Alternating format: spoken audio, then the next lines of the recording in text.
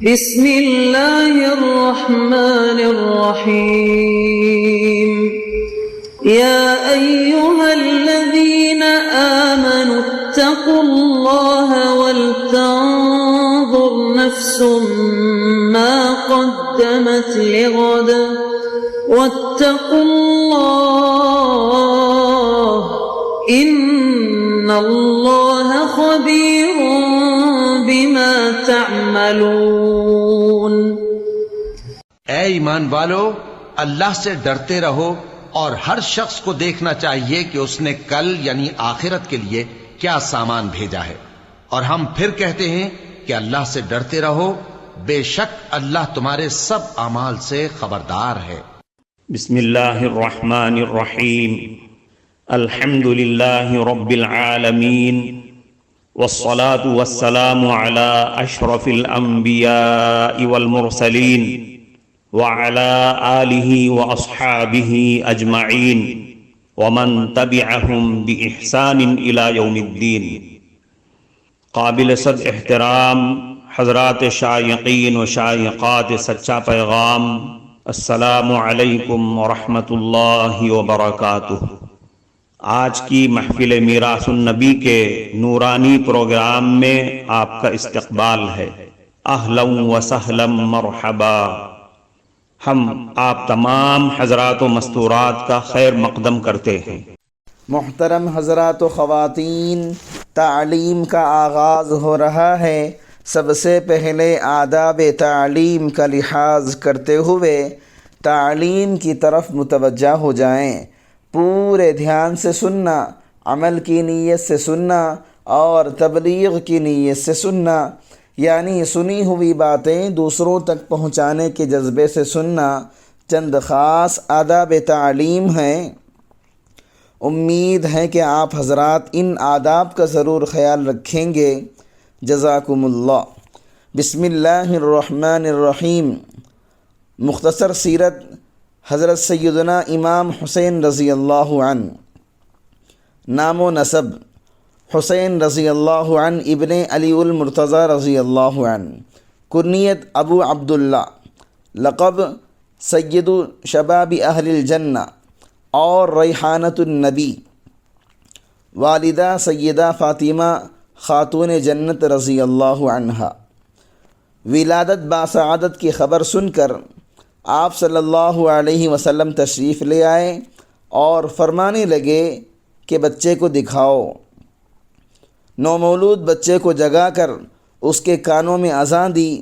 اس طرح گویا پہلی مرتبہ لسان وحی نے یعنی نبی کریم صلی اللہ علیہ وسلم نے اس بچے کے کانوں میں توحید الہی کا پیغام پہنچایا۔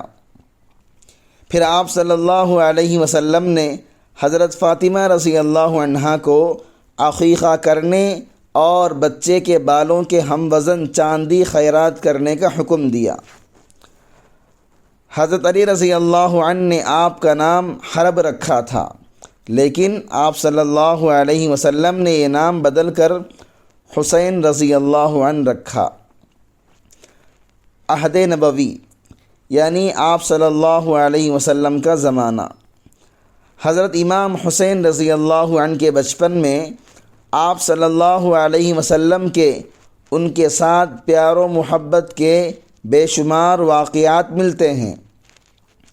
آپ صلی اللہ علیہ وسلم تقریباً روزانہ دونوں بھائیوں کو دیکھنے کے لیے حضرت فاطمہ رضی اللہ عنہا کے گھر تشریف لے جاتے اور دونوں کو بلا کر پیار کرتے اور کھلاتے۔ یہ دونوں آپ صلی اللہ علیہ وسلم سے بے حد مانوس اور شوق تھے۔ آپ ان کی شوقیاں دیکھ کر خوش ہو جایا کرتے تھے۔ آپ صلی اللہ علیہ وسلم حضرت امام حسین رضی اللہ عنہ کو اپنے دوش مبارک پر سوار کر کے یعنی گردن مبارک پر سوار کر کے برآمد ہوا کرتے تھے۔ حسنین کریمین کبھی نماز کی حالت میں آپ صلی اللہ علیہ وسلم کی پشت مبارک پر چڑھ کر بیٹھ جاتے، غرض کے طرح طرح کی شوخیاں کرتے۔ آپ صلی اللہ علیہ وسلم نہایت پیار اور محبت سے ان کے ساتھ پیش آیا کرتے تھے۔ ابھی حضرت حسین رضی اللہ عنہ صرف 7 سال کے تھے کہ ہادی دو جہاں صلی اللہ علیہ وسلم کا سایہ شفقت سر سے اٹھ گیا۔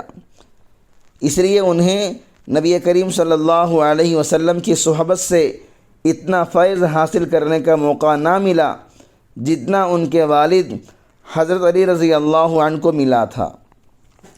حضرت حسین رضی اللہ عنہ کو صغر سنی کے باعث احادیث حفظ کرنے کے کم مواقع ملے، اس لیے براہ راست آپ صلی اللہ علیہ وسلم سے سنی ہوئی مرویات کی تعداد کل 8 ہے، جو آپ کی کم سنی کو دیکھتے ہوئے کم نہیں کہی جا سکتی۔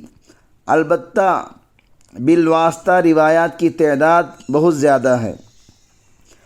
آپ صلی اللہ علیہ وسلم حضرت حسین رضی اللہ عنہ سے بہت زیادہ محبت کیا کرتے تھے۔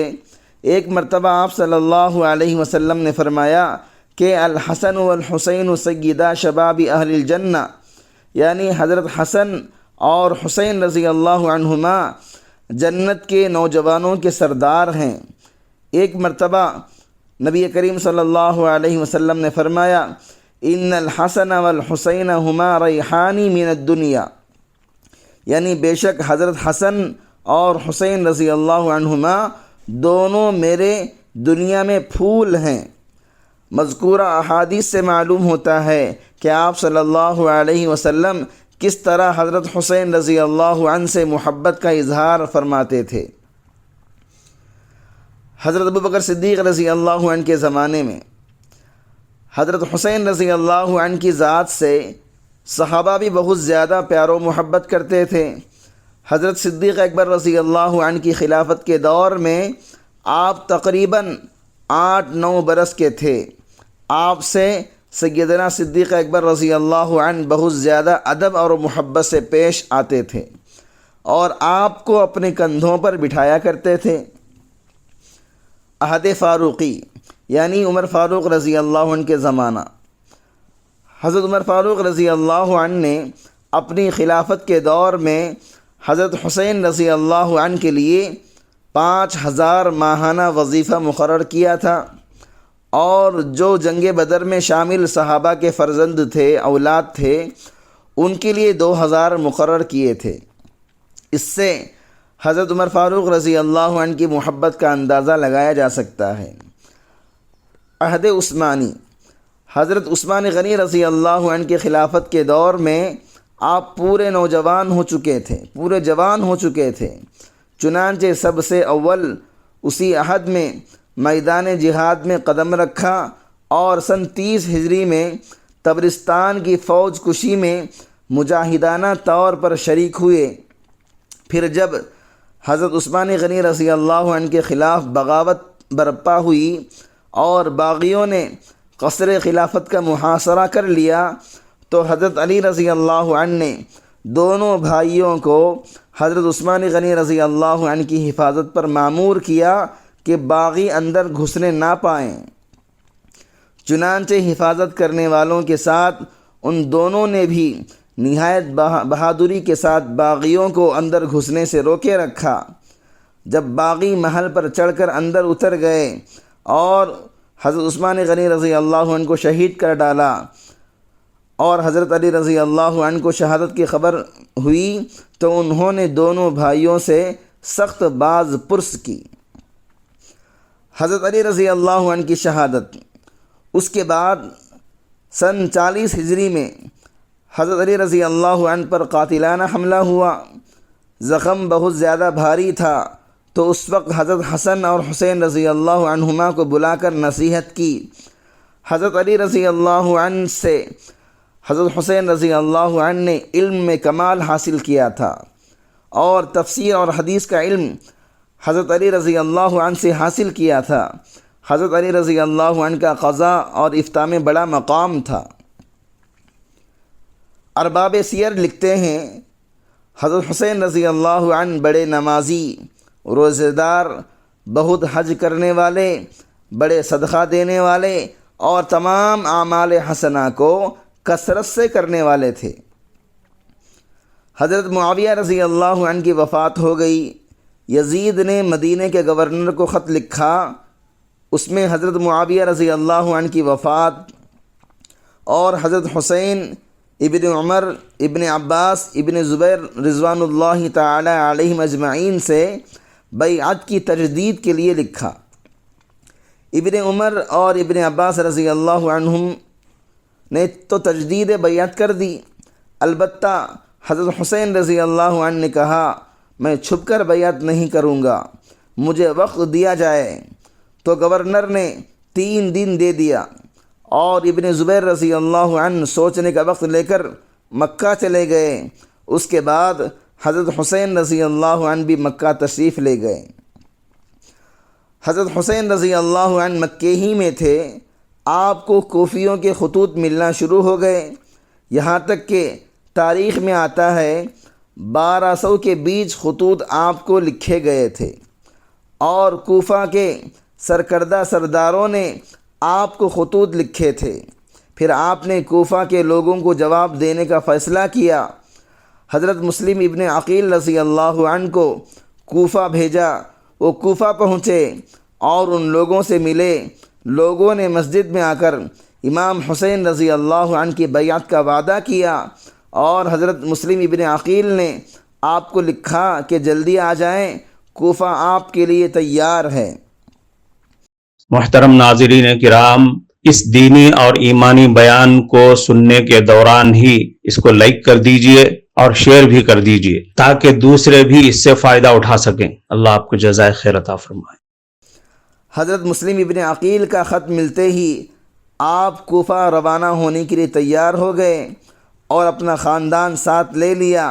ابن عباس، ابن عمر ابن عاص، ابن علی الحنفیہ، ابن جعفر رضوان اللہ تعالی علیہم اجمعین اور دوسرے لوگوں نے آپ کو جانے سے منع کیا کہ کوفہ نہ جائیں، لیکن آپ نے سب کا شکریہ ادا کیا اور کہا میں جانے کا ارادہ کر چکا ہوں۔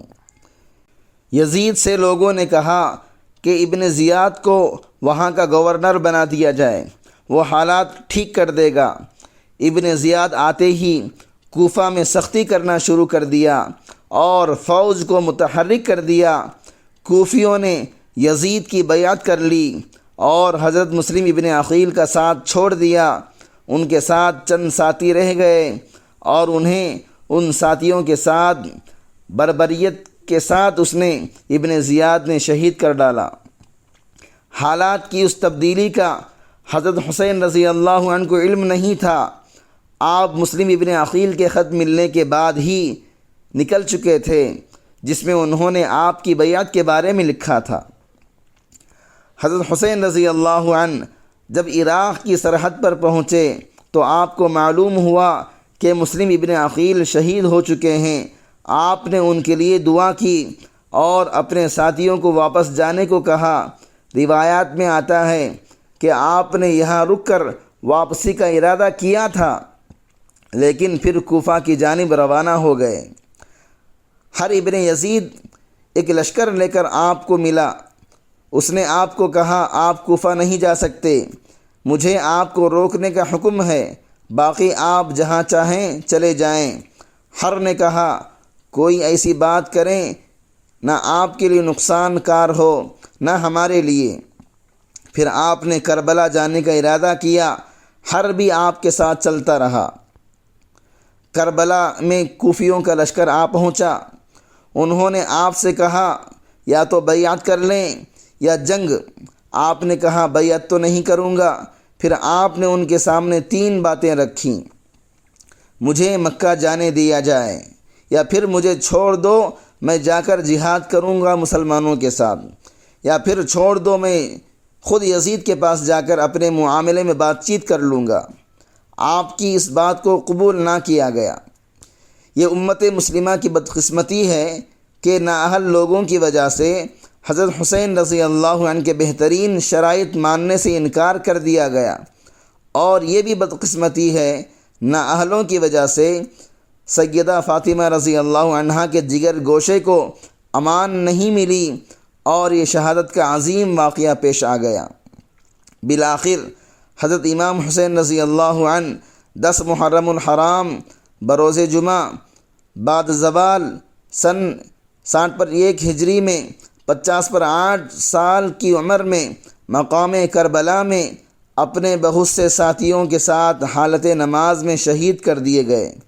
اللہ تعالیٰ آپ کی مرقد مبارک پر 1000 بار رحمتیں نازل فرمائے۔ بلا شبہ حضرت امام حسین رضی اللہ عنہ جنت کے سردار ہیں۔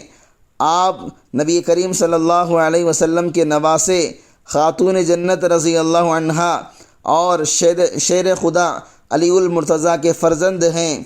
آپ کے مناقب بہت زیادہ ہیں۔ آپ دلیر تھے، شجاع تھے، حق کہنے والے تھے اور کسی کے سامنے جھکنے والے نہیں تھے۔ آپ کو مظلوم شہید کر دیا گیا۔